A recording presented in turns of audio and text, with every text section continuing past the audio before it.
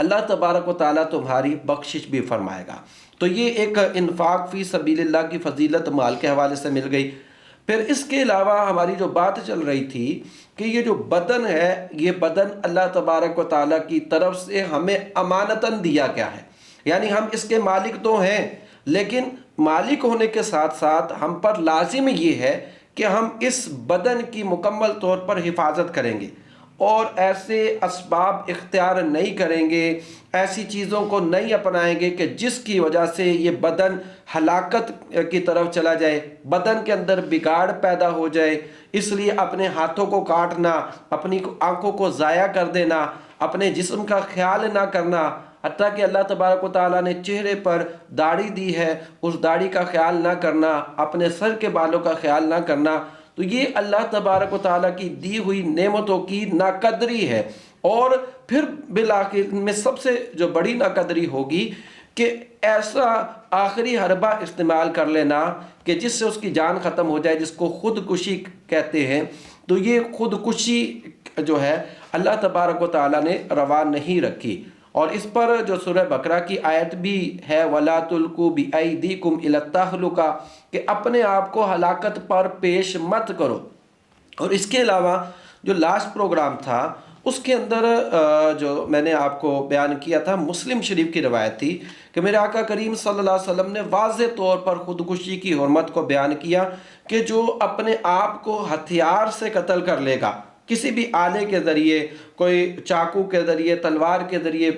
پستول کے ذریعے اپنے آپ کو جب ہلاک کر لے گا، تو میرے آقا فرماتے ہیں اسی ہتھیار کو جس سے اس نے آپ کو قتل کیا تھا، خودکشی کی تھی، اللہ تبارک و تعالیٰ اس کو جہنم میں وہ دے گا ہتھیار، اور وہ قیامت اور اس کو ہمیشہ ہمیشہ اس طرح کرتا رہے گا۔ جو زہر پی کر مرتا ہے اس کو جہنم کے اندر پھر زہر دیا جائے گا، اور وہ اسی طرح زہر پیتا رہے گا اور ہمیشہ ہمیشہ اسی طرح کرتا رہے گا۔ اور اسی طرح جو میرے آقا کا فرمان تیسرا اس حوالے تھا کہ جو اپنے آپ کو بلڈنگ سے گرا دے گا اور اس طرح خودکشی کرے گا، تو پھر اب وہ قیامت تک اسی طرح کرتا رہے گا۔ تو اس لیے انتہائی بڑا قدم اٹھانا کہ اپنے آپ کو وقتی سکون کے لیے کہنا کہ جی میں ان مشکلات سے جو میرے پر آئی ہوئی ہیں شاید چھٹکارا حاصل کر لوں گا، تو وہ وقتی تو چھٹکارا حاصل کر کے اپنا اس دنیا سے تعلق ختم کر لے گا، لیکن نہ اس کو قبر کے اندر سکون حاصل ہوگا، نہ پھر حشر کے، اور نہ پھر بروز قیامت اس کو کسی طرح کا کوئی سکون حاصل ہوگا، اور اسی طرح پھر اس کے عذاب کے اندر مزید جو ہے وہ اضافہ ہوتا جائے گا۔ تو اس لیے یہ دنیا ہے، اس دنیا کے اندر ہم پر مختلف طرح کی آزمائشیں آنی ہیں۔ اللہ تبارک و تعالیٰ نے یہ دنیا ہمیں مزے کے لیے نہیں دی ہے، بلکہ یہ دنیا ایک مسلمان کے لیے ایک آزمائش ہے۔ اس میں آپ انسان کو ہر طرح کی آزمائش آتی ہے، جذبات کی، احساسات کی، مال کی کمی کی ایک آزمائش ہے، پھر عبادات کرنے پر استقامت، اس عبادت کو اختیار کرنا یہ ایک آزمائش ہے، پھر اللہ کے حکم پر ہر وقت راضی رہنا، مال کی کمی ہوگی اس پر راضی رہنا، یہ ساری دنیا ایک آزمائش ہے۔ اور کامل مرد کون سا ہے؟ کامل مرد وہ ہے جو ان آزمائشوں پر صبر کرتا ہے اور صبر کرتے ہوئے ان حالات سے مقابلہ کرتا ہے۔ تو جو صبر اختیار کرے، حالات سے مقابلہ کرے، تو اللہ تبارک و تعالی حالات کو پھر اس کے موافق بنا دیتا ہے، اور ان مشکلات پر وہ پھر جو ہے غلبہ پا لیتا ہے، اور وہ حالات کی جو مشکلات ہیں ان کو پیچھے کر کر ایک مضبوط اور کامیاب انسان بن جاتا ہے۔ اور جو شکست خوردہ ہے کہ کوئی وقتی پریشانی آئی اور وہ اس پر ڈھیر ہو گیا اور اس کے پاس کچھ ہاتھ پاؤں پھول گئے، کوئی عقل نہ کام کر سکی، اب پھر وہ حالات کے تابع ہو کر پھر یہ بڑا انتہائی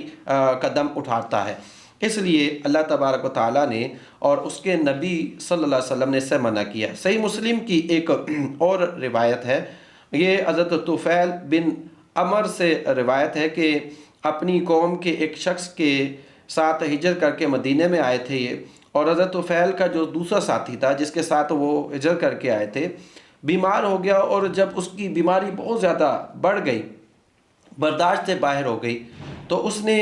اس کی ایک لمبے تیر کے پھل سے اپنی انگلی کو کاٹ دیا، جوڑ کاٹ دیا۔ اب اس کو تکلیف تھی غالباً اس میں، تو اس نے اس کو کاٹ دیا، جس کی وجہ سے دونوں ہاتھوں سے خون بہنے لگ گیا اور اسی سبب سے اس کا انتقال ہو گیا۔ تو حضرت طفیل نے اسے خواب میں اچھی حالت میں دیکھا، لیکن اس کے دونوں ہاتھ لپٹے ہوئے تھے، یعنی کسی طرح بندھے ہوئے تھے۔ تو حضرت ابو طفیل نے پوچھا کہ اللہ تعالیٰ نے تمہارے ساتھ کیا معاملہ کیا؟ تو انہوں نے کہا کہ اللہ تبارک و تعالیٰ نے مجھے رسول اللہ صلی اللہ علیہ وسلم کی طرف ہجرت کرنے کے سبب بخش دیا۔ تو ہجرت کے سبب، لیکن حضرت طفیل نے پوچھا کہ یہ کیا ہے، دیکھ رہا ہوں کہ تمہارے ہاتھ جو ہے یہ ایک بندھے ہوئے۔ انہوں نے کہا کہ مجھے سے یہ کہا کہ جس چیز کو اللہ تبارک و تعالیٰ کی طرف، انہوں نے کہا کہ مجھ سے کہا گیا، یعنی گویا کہ اللہ تبارک و تعالیٰ کی طرف سے کہا گیا کہ جس چیز کو تم نے خود بگاڑا ہے ہم اس کو درست نہیں کریں گے۔ یعنی انہوں نے بظاہر ایک تکلیف کو دور کرنے کی کوشش کی، لیکن وہ تکلیف جو ہے وہ انسان کی ہلاکت کا باعث تھی، یعنی اس سے ہلاکت ہونی تھی، تو اس وجہ سے جو ہے ان کے ساتھ یہ معاملہ ہوا۔ تو حضرت طفیل نے یہ خواب پیارے آقا کریم صلی اللہ علیہ وسلم کو بیان کیا، تو اللہ تبارک و تعالیٰ نے کہ نبی نے جب یہ خواب سنا تو اللہ کے نبی فرماتے ہیں اللہ اس ہاتھ کی خطا کو بھی بخش دے۔ تو بہرحال اس سے نتیجہ، ان دونوں روایات اور آیت کریمہ سے یہ نتیجہ اخذ ہوتا ہے کہ جب بندہ ایسے اسباب اختیار کرے گا کہ جن اسباب کی وجہ سے اس کی ہلاکت ہوگی، تو پھر اس سے اللہ کی بارگاہ میں چھٹکارا نہیں حاصل ہوگا۔ اس لیے